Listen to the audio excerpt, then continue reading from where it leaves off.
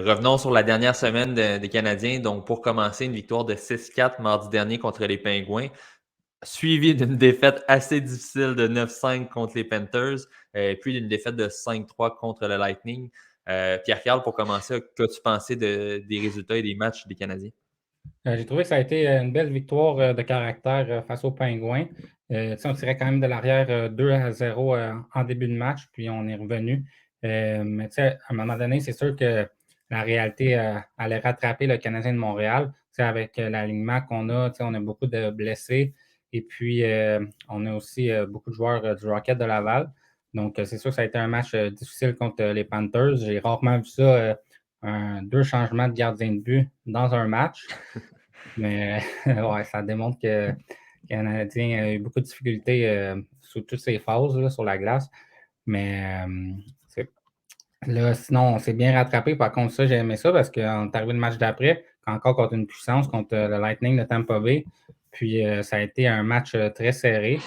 Puis c'est ça qu'on demande des joueurs, de l'effort. Puis pas nécessairement qu'on remporte le match, mais tant que l'effort est là, qu'on a donné un bon spectacle, si on veut, là, qu'on s'est donné, puis que l'effort était là, ben, c'est tant mieux. Après ça, le résultat, ben, dans une saison comme cette année, ça importe peu. C'est vraiment la manière dont on joue. Puis j'ai bien aimé Justin Byron cette semaine. Il a quand même très bien joué cette semaine. Oui, ben, ça fait quelques semaines justement qu'on semble se trouver un peu plus dans son jeu. Julien, justement, par rapport aux résultats, bon, comme Pierre-Carl l'a dit, ce qu'on veut surtout, c'est d'être compétitif. Puis je me rappelle, on se parlait beaucoup après le match contre les Panthers et on se demandait si c'était pas un peu la fin pour le Canadien cette année. Tu sais, deux changements de gardien, comme Pierre-Carl l'a dit, on semblait être comme dans du doute, puis ça aurait pu faire mal pour la suite, mais on a bien répondu là, déjà samedi. Ben, c'est sûr que c'est une équipe clairement qui, tout au long de l'année, ont quand même démontré un certain caractère.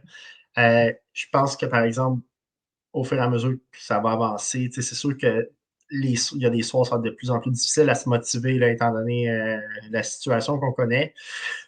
Mais je pense que c'est ça, ça va être beaucoup plus en up and down pour la suite des choses au niveau de la préparation mentale, disons. Là. On arrive au match, on est-tu là? Comme Colorado, on n'était pas là. Après ça, on joue un bon match. Après ça, on se retrouve en Floride, puis c'est exactement la même chose qui se passe. Je m'attends à ce que ça soit un peu comme ça.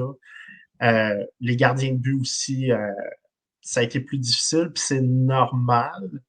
Euh, Parce qu'eux aussi, ils ont sauvé un peu la face du Canadien tout le long de l'année, honnêtement, là, avec une défense jeune puis sans expérience là, pour la plupart du temps parce qu'il y avait beaucoup de blessures. Donc, c'est sûr que à ce niveau-là, je pense qu'il est temps que ça finisse. Ça va faire du bien à tout le monde, je pense, de se reposer de cette année-là qui a été assez éprouvante. Puis c'est difficile aussi pour les défenseurs et les attaquants de jamais jouer avec les mêmes personnes parce qu'il y a tout le temps des blessures. Là. Ça aussi, ça peut devenir assez éreintant, disons, là, mentalement, là, parce qu'il faut toujours que tu t'adaptes. Puis, donc, Mhm. Sinon, avant de passer, je viens de te parler un peu que c'est une équipe qui trouve le moyen de se motiver. Il y a des retours ce soir, donc ça pourrait être une source de yes. motivation. Mais avant d'en parler, je veux revenir aussi sur l'incident impliquant Jonathan Drouin, donc plutôt cette semaine. On sait, bon, est arrivé, selon ses dires, 2 minutes de retard à un meeting d'équipe. Et ça fait en sorte que Martin Saint-Louis ne l'a pas du tout utilisé pour le match contre le Lightning. Il était sur le banc en uniforme en raison justement d'un manque d'effectifs, mais on n'a même pas utilisé, même pas pris la peine de lui laisser un shift. Julien, je repars avec toi. Que penses-tu de cette décision de Martin Saint-Louis? Est-ce qu'on était trop sévère pour un 2 minutes de retard? Moi, je pense pas. Puis dans ma tête, c'est pas 2 minutes de retard. Parce que tu es supposé être en avance à ces meetings. Là. Fait que c'est plus que 2 minutes de retard là, dans les faits. Là. Moi, j'ai pas de problème si ça a été clair dès le début de l'année ou quoi que ce soit que ça, c'est un non négociable. Honnêtement, là, les meetings d'équipe là, pour la préparation pour le match, là, c'est aussi important que le match. Fait que c'est comme si il arrivait à la dernière seconde, tout le monde est au banc, l'hymne national est joué, le puck est lancé, puis là, whoop, il arrive. Hey, oublie ça, là. Il va dire retourne dans le vestiaire. Donc, moi, j'ai pas de problème avec ça. Puis ça montre aussi, justement, dans une équipe de jeunes, c'est comme ça, c'est inacceptable. Tu as bien beau t'appeler Drouin, gagner 5,5. Il était sur une très belle séquence. Ben, regarde, c'est comme ça. C'est probablement différent un meeting d'équipe qu'un autre retard X, Y, Z dans d'autres circonstances. Mais moi, écoute, j'ai pas de problème si ça a été clair au début de l'année. Tu n'arrives pas en retard au meeting, sinon tu joues pas. Puis il a exécuté ce qu'il a dit, déjà, selon moi. Donc, j'ai pas de problème avec ça. Pierre-Carl? Ben, c'est sûr qu'on n'a pas tous les détails, là, évidemment qu'il ne faut pas manquer une rencontre d'équipe, là, mais c'est rare que ça arrive dans une carrière, là. Je pense que s'il avait été cloué au banc, mettons, une période et demie, je pense qu'il aurait compris le message, les joueurs aussi. C'est sûr que tous les joueurs à côté, ils veulent aussi. Il ne faut pas manquer de rencontre. Fait que, s'ils voient que le gars, il arrive en retard, puis que là, le match d'après, il joue 15-20 minutes, là, ils vont dire, ben là, c'est pas grave. Fait que, c'est correct qu'il y a eu une punition, mais peut-être qu'une peut-être une période et demie, pour la deuxième moitié du match, il aurait pu jouer peut-être 6-7 minutes. Là, ça aurait été tant qu'à l'habiller. Je pense qu'il aurait pu jouer un peu.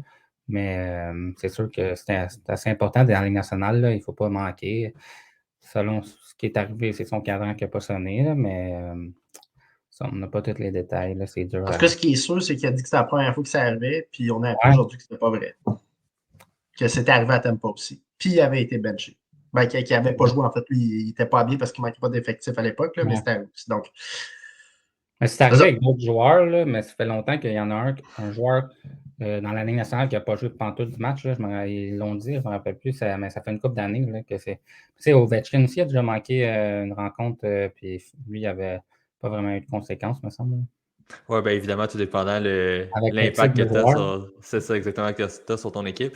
Peut-être le seul point négatif, si on veut, de cette conséquence qui est donnée à Drouin, ben, c'est que ça en mettait encore beaucoup sur les épaules de Nick Suzuki. Si je ne me trompe pas, c'est 25 minutes 30 encore Ouais, pour ce match-là. Bon, évidemment, on manque d'effectifs là, présentement, donc ben on oui. n'avait pas vraiment le choix. ouais, ben, on a toujours le choix. Là. Moi, honnêtement, je déteste l'utilisation de Suzuki depuis le début de l'année. Là. Tu m'as fait une passe sur la palette, là, mais je vais essayer de faire ça bref. Mais il y a ben trop joué cette année, même quand on avait Monade et tout. Il a trop joué.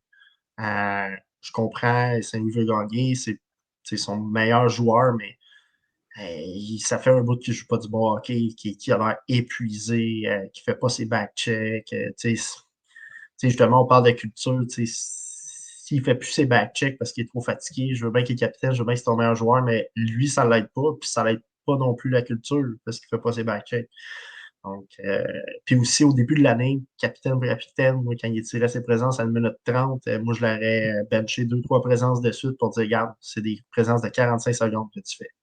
Ça n'a pas été fait. Donc, en tout cas, ça là-dessus, je peux être d'accord dans le sens que, tu sais, bon, et je trouve qu'il y a eu beaucoup trop de lousse pour des affaires, justement, qu'on parle de culture puis qu'on veut inculquer. Puis à l'inverse, ben, tu as Drouin, justement, qui arrive 2 minutes en retard en meeting, puis il manque le match au complet. Ça, je trouve qu'on manque un peu de conséquences, si on veut, au bench management de Saint-Louis versus, mettons, ce qui est arrivé hors glace. Mhm. Non, effectivement. Sinon, bon, je tenais à, comme je le mentionnais tantôt, à revenir sur les retours justement de Kirby Dach et de Brendan Gallagher.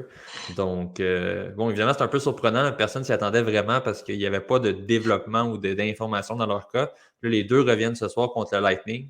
Pierre-Carl, ça risque de donner un petit peu d'énergie à l'équipe, justement, et ces deux joueurs-là vont vouloir, si on veut, compenser pour le manque qu'ils ont eu durant toute la saison, leur absence. Ouais, je pense que ça va faire du bien à l'équipe, là, sans rien enlever à Anthony Richard ou à Jesse Lennon, qui là, est malade, donc va manquer de match. Là. C'est deux bons joueurs, mais c'est sûr que quand tu rentres Kirby Dach et Brendan Gallagher, j'ai hâte de voir la fougue de Brendan Gallagher. Ça fait longtemps qu'il n'a pas joué. Je pense qu'il va avoir beaucoup d'énergie ce soir. Donc, on connaît le style de jeu de Gallagher. Je pense que ça ne changera pas. Donc, j'ai hâte de voir ça sur la patinoire ce soir. Ça va donner beaucoup d'énergie à l'équipe. Je m'attends à un autre match serré contre le Lightning de Tampa Bay. Puis peut-être même qu'on va aller chercher un point en prolongation. Mais il va y avoir beaucoup d'intensité, je crois, dans ce match-là. Puis, j'ai hâte de voir Harvey Pinard avec Suzuki et Kirby Dach. Ça va aider aussi le trio, je pense, d'avoir un joueur de qualité comme ça sur le premier trio. Julien approuve, justement, j'imagine, tu as hâte de voir les performances de Kirby Dach. Ben, tu sais, je veux pas faire trop d'attentes, parce que ça fait quand même un temps qu'il est blessé, mais tu sais, il y a eu une progression fulgurante cette année. J'espère justement qu'il n'a pas fait trop de pas en arrière avec cette blessure-là, mais c'est sûr que, en attendant Caulfield, puis même au début de la saison prochaine, peut-être que Caulfield ne sera pas tout à fait revenu. En tout cas, ça, c'est un trio que j'aurais aimé voir de toute manière. Dak Suzuki, ça, on sait que ça marchait super bien.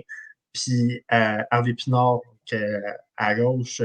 Harvey Pinard, il a un peu le style à la Gallagher, mais il a une bien meilleure vision de jeu. Il est plus capable de fabriquer des jeux. Il n'est pas juste je me mets devant le filet puis j'attends qu'il se passe de quoi. Ou je suis tout le temps en train d'essayer de prendre le retour. Il est vraiment capable de réfléchir, de se positionner. Donc, ça va être intéressant parce que c'est 3 têtes de hockey là, vraiment au premier trio. Puis Dak, il était de meilleur en meilleur dans les batailles à 1 contre 1 selon de la bande. Il était plus acharné. Puis Harvey Pinard est acharné. Donc, je pense que ça va tirer Suzuki. Ça va redonner un peu d'énergie justement pour aller avoir un peu plus de hargne dans son jeu, là, ce qu'on ne voit pas depuis vraiment longtemps. Donc, je suis vraiment content. Puis aussi, Anderson, Drouin, j'ai toujours aimé cette combinaison-là. Ils sont avec Gurianov. Puis le troisième trio, ben, c'est quand même intéressant. Là. Belzil, Gallagher, avec Hoffman, je pense. Donc, Hoffman, je me souviens, Guy Boucher, il avait dit qu'au Sens, il faisait jouer avec Payet et Pajot parce que c'était ses 2 meilleurs d'énergie. Puis ça le tirait, ça l'obligeait à jouer de la bonne façon. Puis c'est là qu'il a fait sa saison de 34 buts, je pense, 36 buts. Donc, c'est quand il avait joué avec ces 2-là. Puis c'était un peu le même principe pour moi. Belzile puis Gallagher ont amené énormément d'énergie. C'est pas les meilleurs patineurs, c'est pas la meilleure vision de jeu, mais c'est des gars qui travaillent tout le temps. Donc, Hoffman, je pense qu'il va être tributaire de ça. Donc, je suis vraiment content des combinaisons ce soir. J'ai hâte de voir ça.